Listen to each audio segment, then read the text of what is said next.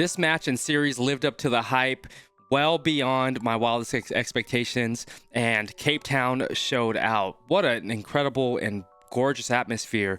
The pre-match, I love looking at all the scenery and everything that creates the environment and that setting of a match to this scale and to this history. Cape Town looked absolutely beautiful. The stadium was electric. You could feel the energy through the screen, and there was a lot of storyline in this one for South Africa. So South Africa, it was their 30th year for democracy, so they're celebrating that.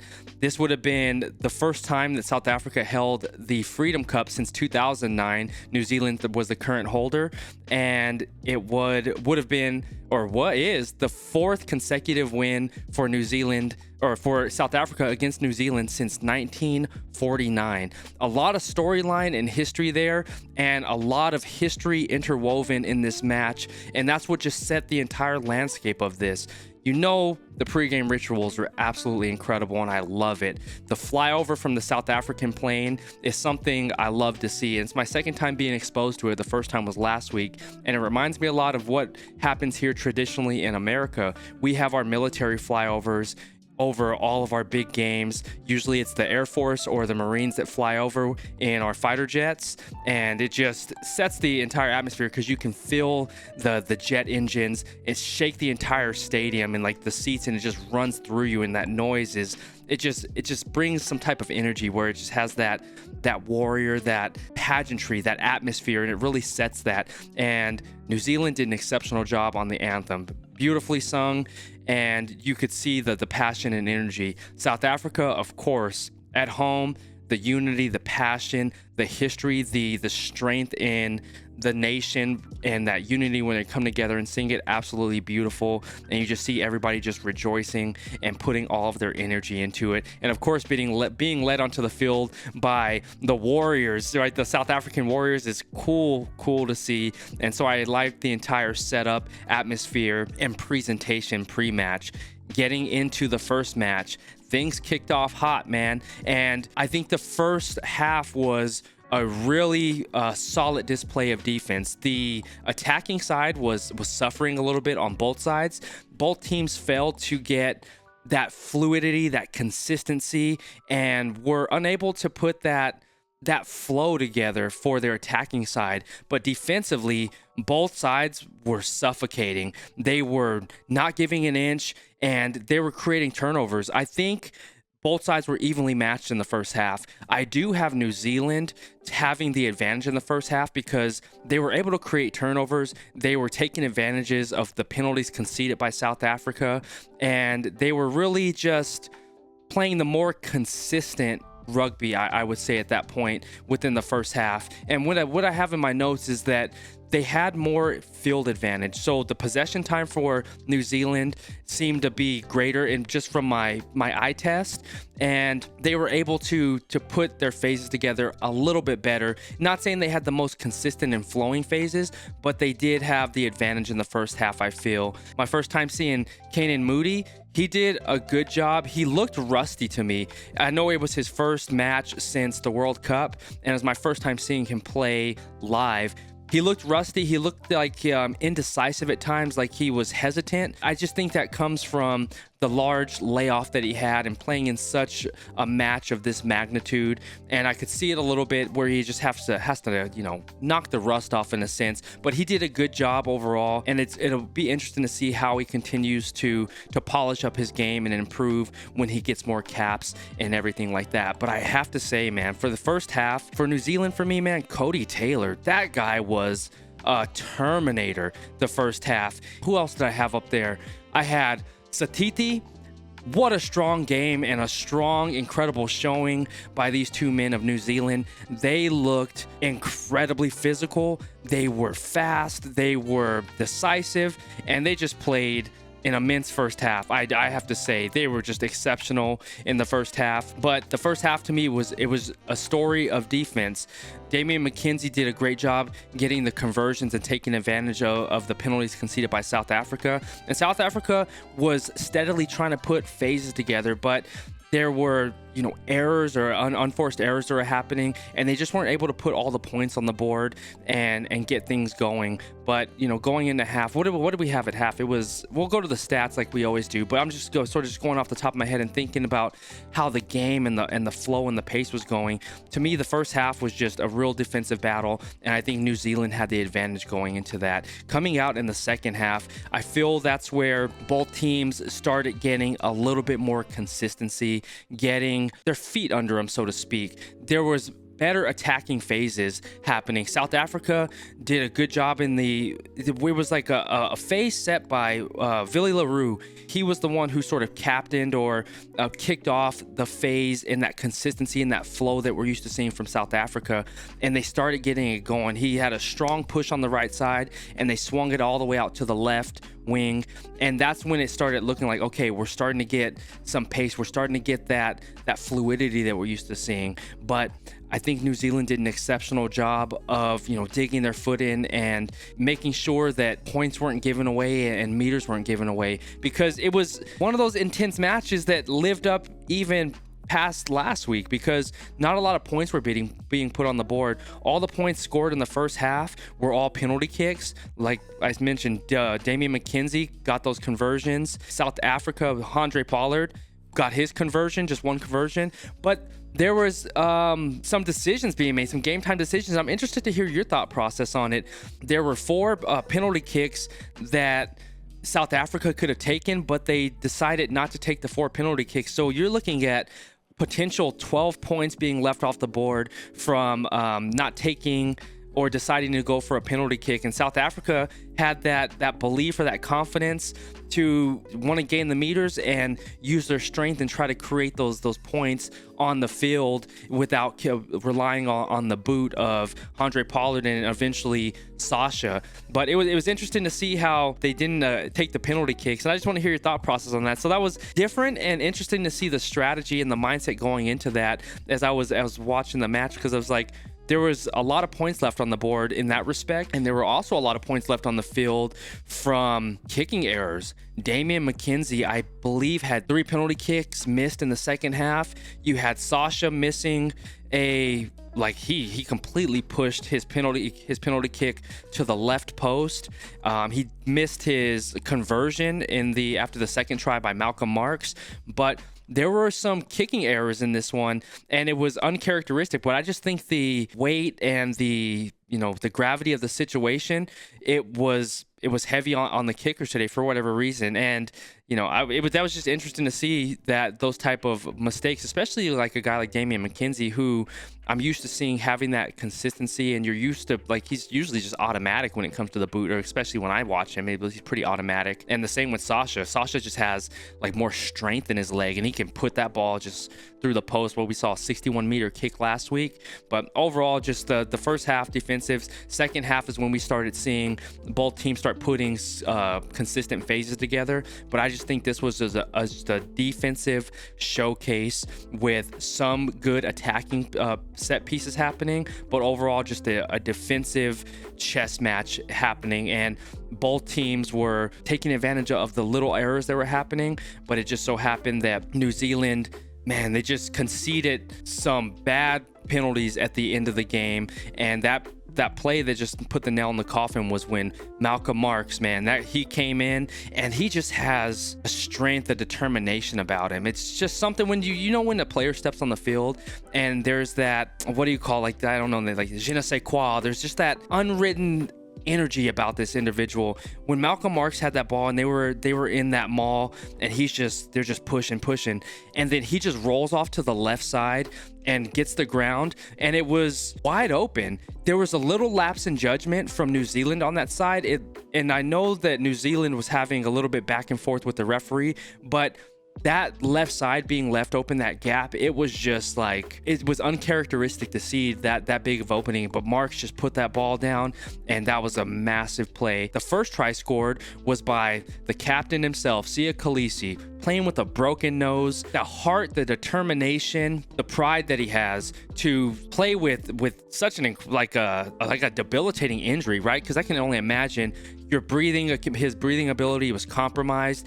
The facial structure is misaligned and just a pain, but that's how much pride and that's how much it meant to him to put out for his country and play against, the rival and the respected rival, New Zealand. With him getting that first try, it was absolutely incredible to see. And you just saw just the energy just ignite that entire stadium, because they know that man puts his heart on the field, and he just does it for the nation. And it's beautiful. See, as do all the South Africans, they do it for the nation, and also all the New Zealanders, they do it for the nation. They're playing for something bigger than themselves, and that's what I really love about this showcase between these two nations. You can tell there is so much pride, history, there's so much tradition that these men are wearing on their shoulders, like the weight of their worlds on their shoulders, because they know they're carrying the pride, the tradition, and the culture and history of their nations. And that's why they just leave it all on the field, and they both show up and put it all out there. But when Sia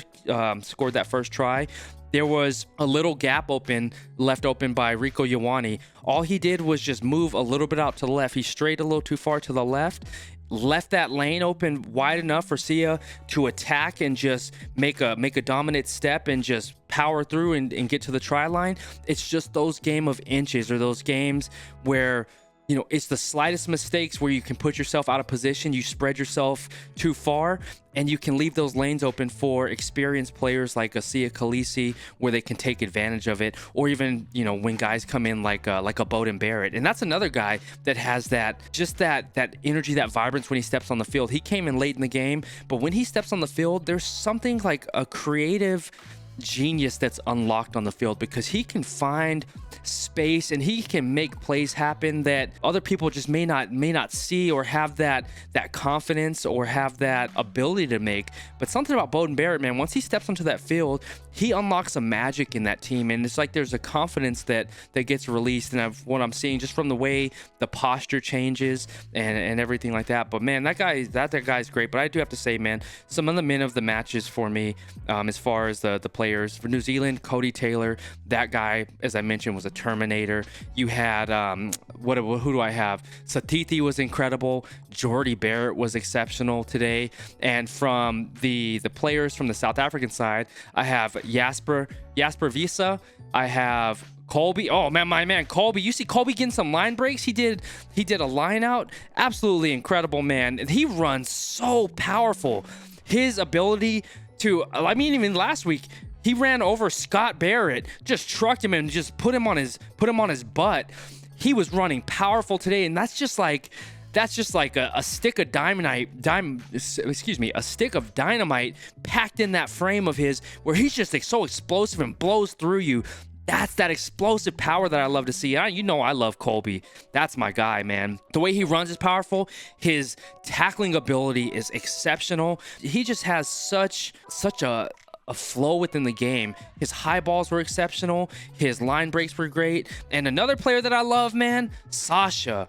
I love the way he plays the game. He had a huge line break in the second half when he came in, and just the way he moves in the game. A young man that is catching stride very quickly, and I love his humility. But he did a quick tap trying to get it out to Jesse Qrew on the edge, and it just happened to go into touch. But I love the way he plays the game. I have to say, Colby's my number one. Sasha's my number two. Those guys, I just love that. I love their energy. I love their pace. Grant Williams did a fantastic job today. He did a great job commanding the game. Great box kicking. I have to say, one of his box kicks, when he did, his back was to his try, and he just kicks it over his head. The placement, the precision to place the ball, and he did it so well to where South Africa got the high ball, they got the possession, and just how brilliant was his kicking overall today, and him getting the start. It was great to see Grant Williams play. I have Damian Dialende, exceptional. Villy LaRue, great job today. And also Malcolm Marks, that guy is ice cold. And Peter Steph-Toure, we already know that guy is a freaking beast, man. To win the line out, to win the match and get it closed at the 80th minute, absolutely exceptional match. It lived up to all the hype. Both nations should be incredibly proud of themselves. New Zealand played the back-to-back world champions, close. Both matches were razor thin. It could have gone either direction. It all came down to capitalizing on the errors that happen. And South Africa was just was able to take advantage in both of these matches and capitalize on the errors when it mattered the most, and getting the crucial points in the later part of the game, and just giving themselves enough breathing room to close it out. But it's truly a game of inches, and minor mistakes and errors, and the other team, it's so evenly matched, right? It's not, and that's what's so beautiful to see about sides like this, when both teams can play at the highest level and show up on the right day. It's one of those things, it's like a flip of the quarter, heads or tails, anybody could be the winner. And it just so happened South Africa was the more, I would say, disciplined side in the late second half. So the fourth quarter of the second half on both matches, that's where New Zealand became undisciplined and had a lot of errors or not even a lot of errors, had some major errors, like getting yellow cards at the worst and unopportune times, where South Africa took advantage of it. So the fourth quarter for both of these matches is where I feel New Zealand lost it for themselves, and that's where I feel like South Africa won it for themselves, and they just had that resilience, that guttiness, that grittiness to dig it out in the end and come out on top and be the Freedom Cup winners. So congratulations to South Africa for winning the Freedom Cup, first time since 2009. And we're gonna jump into these stats real quick, crew. I love the stats. So we know full time 18-12, South Africa beats New Zealand. And just looking at the table, looking at the points before we get into the flow charts and everything like that, South Africa is leading the Rugby Championship with 18 points. Argentina is second place with 10 points. They just had a massive blowout they completely blew Australia out today.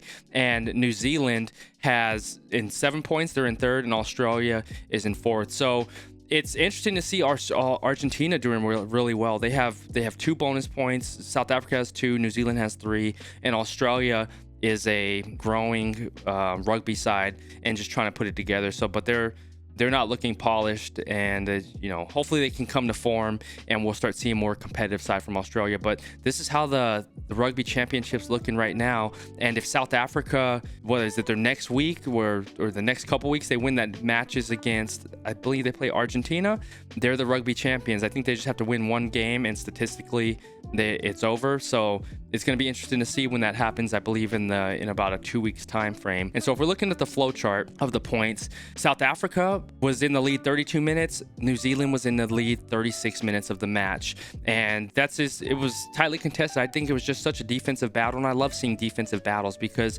it's razor thin margins that separate you. And if your defense falters at any time and place, that's when a team can get exposed. And South Africa was lucky in some circumstances, especially like early in the second half, where their defensive side on South Africa, they were sort of collapsed in, and New Zealand was really playing the ball wide and spreading it out.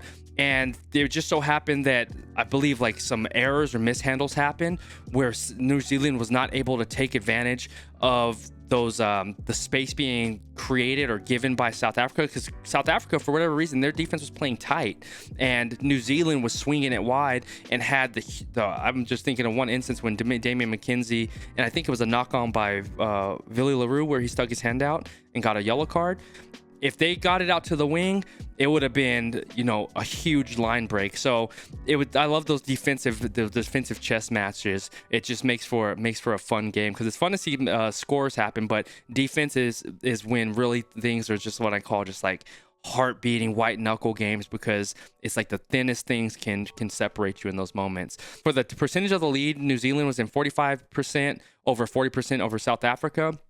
And the possession in the last 10 minutes, 65% compared to 35%. South Africa wins that battle. And this is that big one that separated South Africa, that put them ahead and won them the match, was the 5 points within the last 10 minutes of the game. So if we're looking at the key events, we had Jasper Wiese with the yellow card. Damian McKenzie gets the penalty goal, so he gets his PK and scores that. Then you had Sivu Reese get the yellow card a minute after that penalty kick, and that brought both sides to 14-14, so 14 on each side. And so the advantage was given away, and that's where I thought that New Zealand was going to start pulling away, but that yellow card made things even again, and it just sort of cleared the deck and made both sides, back to normal. Then we had McKenzie at the 28th minute scoring again, taking the lead to 6-0.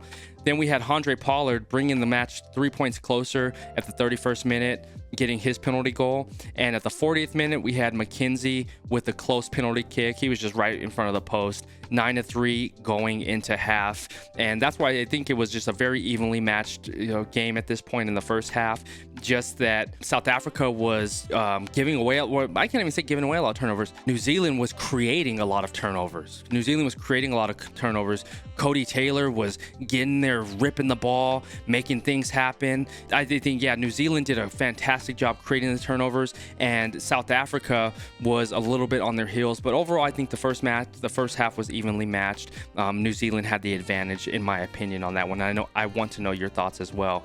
Coming out into the second half, at the 48th minute, this is when we had Siya Kolisi scoring the first try of the match. And I have it in my notes. I had to write it down, man, because where was it? No, that was Marco Marks had his 20th try was this match. But yeah, Siya Kolisi, him getting his first try of the match with all the adversity he went through from last week, having a broken nose, it was great to see the captain come out there and plant the flag and get the points on the board. And I think that was the shot of energy that South Africa needed. And it was just one of those moments. It's inspiring to see. Like, that's the beauty of sports, right? Seeing people overcome adversity and playing for something bigger than themselves. And Kolisi was that spark that got South Africa on the board, scoring the first try of the match for both sides. Handré Pollard got the conversion at the 49th minute. Then you had Sasha getting that penalty goal. I love Sasha, man. This guy has a freaking boot and a half. And not only just from his athletic prowess, I really love his humility. He has so much character for a young man, and the way he carries himself uplifts others, and the way he positions it, like he never takes the credit. He always references himself as like standing on the shoulder of giants. The men before him are the ones that are giving him the elevation to look over the fence, in a sense, and he always gives credit to his, I would say, just ancestors or his predecessors, and giving them thanks and saying, I'm only here because of the men prior to me showing up. And I think he has such a respectful manner about himself, and I just love the way he even uplifts Handré Pollard and how he embraces him when they do the switch. It's really cool to see a young player with that much humility, how humble he is. Then we have Damian McKenzie. He, at the 58th minute, he gets his penalty goal. You had Willie Leroux at the 61st minute getting his yellow card. And this is when the tide changed. You had Tyrell Lomax with that. Oh man, it was just a bonehead play. It was just a bonehead yellow card to get. You had, Cheslin Colby had a wide open lane running. Tyrell Lomax, he changes his path, steps in the path of Cheslin Colby, shoulder checks him, which is, completely obstructs his line, and then makes just a silly play, right, to give South Africa that penalty advantage, right? Because it's just crazy to see, because you had Leroux come back in, and so it was 15-15 with both sides on the field. But Lomax making that play, that's what gave that shift, and that's what gave that spark to give South Africa the advantage, where Malcolm Marx was able to convert off of that yellow card and put the game away. But it was the late plays, I feel, that New Zealand shot themselves in the foot by doing that. I know you're trying to bend the rules a little bit or make things happen, but if I feel that New Zealand was playing a strong enough defensive side where they could have, potentially, taken advantage of the game, because it was still a 1-point game. South Africa was winning 13-12, but that Lomax penalty just really sucked the air out of New Zealand, and I feel that that's the play that cost them the game, was the most important play that cost them the game, especially late into that match. And that was just a huge storyline in this game for me, was that late penalty, and that was the undisciplined play, seeing that one happen. But going into the 22-meter entries, they both had 6 apiece. South Africa had 2 points scored to compare to 1.5 points scored for New Zealand, so they're close in that category. It was just that last score where in that 22 or that 5-meter entry line where Malcolm Marks got that score and put them well ahead, and it made that average score margin 0.5 greater than them. Looking at the attacking profile, both teams had 6 22-meter entries, 2 to 1.5 for the 22-meter conversions, 6 to 4 line breaks for South Africa, 122 carries compared to 121 carries.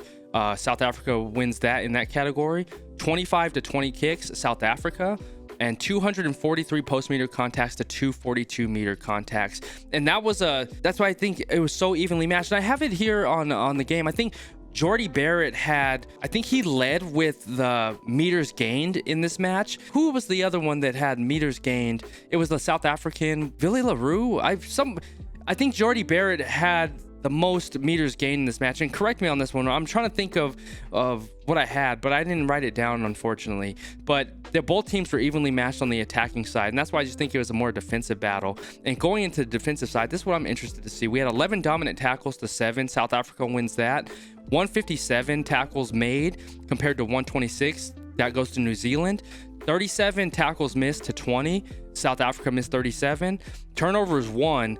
This is where it goes a lot to the first half, and even parts of the second half where Cody Taylor was a turnover machine today. 10 to 4 New Zealand wins that category. 3 to 1 tackle turnovers, it's New Zealand, and 15 to 9 tackle offloads allowed. New Zealand wins that category. Ruck speed, 0 to 3 seconds, 55% to 44, New Zealand. 26 to 40 in the 3 to 6 second range, South Africa wins that one. And the 6+ seconds, 11 to 7%, New Zealand wins that. 84 rucks won for New Zealand, 93 to South Africa, and the last 5 penalties, 3 for South Africa and 2 to New Zealand. And I think at the beginning of the match, just going off the top of my head, there was an early penalty called, or an early penalty called by the ref where Grant Williams did not get the ball out of the ruck within the 5-second time. I feel like some of the officiating was inconsistent at times in both matches, last week's and this week's. There was some inconsistency within some of the calling, because that was my first time actually seeing a penalty being called for not getting the ball out of the ruck within that 5-second range. And it was interesting to see that, but those were some early penalties conceded by South Africa where McKenzie was able to get the conversion and New Zealand took advantage of that. Let's look at the full stats and story of this one as well too. If we're looking at territory, wow, it was dead even, 50-50 on the territory. Both 22-meter entries it was 24 and 29% on the 22-meter entries. Within the 50-meter entries on both sides, 26 and 21. That's wild to see. Looking at the possessions, in the last 10 minutes, 65% possession time to 35% possession. South Africa wins that. And if we're looking at the South African side from the 22 all the way to New Zealand's 22, 4%, 32%, 37, and 27%. So South Africa was playing a lot within the 50-meter regions on both sides, and they also had a fair amount of time within the 22-meter of New Zealand. But if we look at New Zealand's side, it goes 7, 29, 33, and 31. So New Zealand looked like they were on the attacking side more, the 33% within the 50-meter mark and then 31% within the 22-meter. They just weren't able to convert and make any tries, which is wild to see, man. And that's the tell of the game. It was just a defensive, scrappy battle. Both defenses were scrambling, and they were digging their heels in and just fighting for every inch. Possession time goes to South Africa, 54 to 46. Set plays total, 7 scrums to 6. New Zealand wins that category. Both have a 100% scrum win percentage. 16 to 12 lineouts. My eyes go up on that one because I thought that New Zealand won most of the lineouts, but that last lineout where Steph Toy, he won the battle and got over to South Africa to win the match. That was a huge lineout win by Peter Steph Toy to get that one. And we're looking at the percentage win, 83% lineout win to 81. New Zealand wins that. Restarts received 7 to 5 for South Africa, and 100% of the restarts received, 1% is 100% on both sides. Looking at attacking, 172 passing compared to 163 for South Africa. Ball carries 122 to 121, even on the attacking, and the same with the post meter contacts, all within 1 meter and 1 carry. So very even on the attacking side. I just think it was I sound like a broken record. It was a defensive battle today. Line breaks 6-4. South Africa wins that category. And looking at the turnovers, New Zealand wins this category. 10-4 turnovers won, and wow. Well, but that's not really a win. 16 turnovers lost to the 14 loss for South Africa. But the turnovers won was a big credit to New Zealand. They were fighting for the ball, and they were, just able to get their hands on it faster than South Africa, right? In that contact zone, South Africa wasn't able to get players to protect the ball fast enough. New Zealand was fast and quick, and I think like Cody Taylor, for a man his size, he has lightning quick speed, and once he just gets his hands on the ball and he gets those turnovers, so he's very skilled player, lightning quick, man, and able to get those turnovers and make those happen. Very cool to see. Penalties conceded 14-13. South Africa has more penalties conceded. Yellow cards 2 for each side, and yellow cards were 0. And with defense, we looked at all that stuff, and I just looking at some of the dominant tackles. Ox, we have Scott Barrett with turnovers 1 was 2. Turnovers lost, Handré Pollard is leading that category with tied actually. Handré Pollard, Will Jordan, and Rico Ioane both had 3. Tackles completed, Ruan, Tyrell Lomax, and Artie Savia 16, 15, and 15. Line breaks, Cody Taylor, Wallace Satiti. Man, those two guys, they were incredible. They should be very proud of themselves. They played a hell of a game today. And Billy LaRue had a good line break. And I don't see the line break from Sasha, because I thought Sasha had 1 line break, and I think Cheslin had 2 from what I counted. And then looking at carries, Eben Etzebeth and Wallace Satiti and Damian Dialindi. And Eben Etzebeth, well, you know what I like about Eben Etzebeth is how patient he is. Like when he receives the ball on the attacking side, he doesn't just take off full speed. He's measured and calculated when he's running. Like he looks for an open space, and then when he takes off, it's just super explosive and powerful and a dominant run just to break past the gain line. But he's a very patient and like cerebral player, and it's fun to see Eben Etzebeth play the game. But I really enjoyed this match. Very cool to see. Congratulations to South Africa for winning the Freedom Cup, and congratulations to both sides for putting on a showcase for us to watch. It lived up and surpassed the hype and everything. I love this series between these two. I know this one went a little long, Qrew. There was I had a lot of thoughts on this one.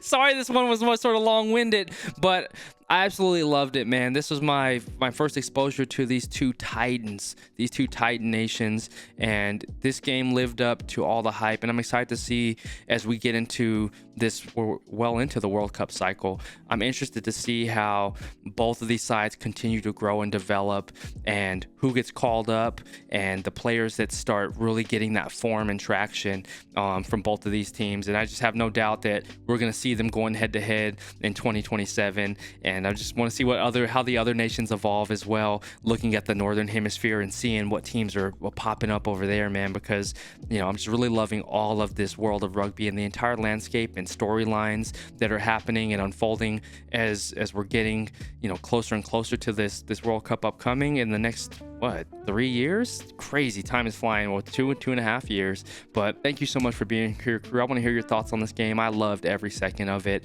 And I said it was so evenly matched. It could have gone either way. South Africa just had that, I would think, that more discipline in the last quarter of each of the second halves. And they were able to capitalize and take advantage and win and won themselves the Freedom Cup. And just beautiful to see, Qrew. I thank you so much for being here. All of your love, positivity, support. Oh, man, all your friendship. You all have been absolutely incredible. This year has been a true blessing, and rugby has added that spark back into my life. And I know I made my birthday post about that, is where I just felt like life was stagnant for me for like a decade or so, but being injected with new life and energy because of the world of rugby, because of you, it has been the honor, privilege of my lifetime to be in this world of rugby with you and connecting with you and having your friendship and being a part of this. I've never would have guessed in a million years that I'd be looking at covering and watching rugby as a complete newbie and growing and falling in love love with this game.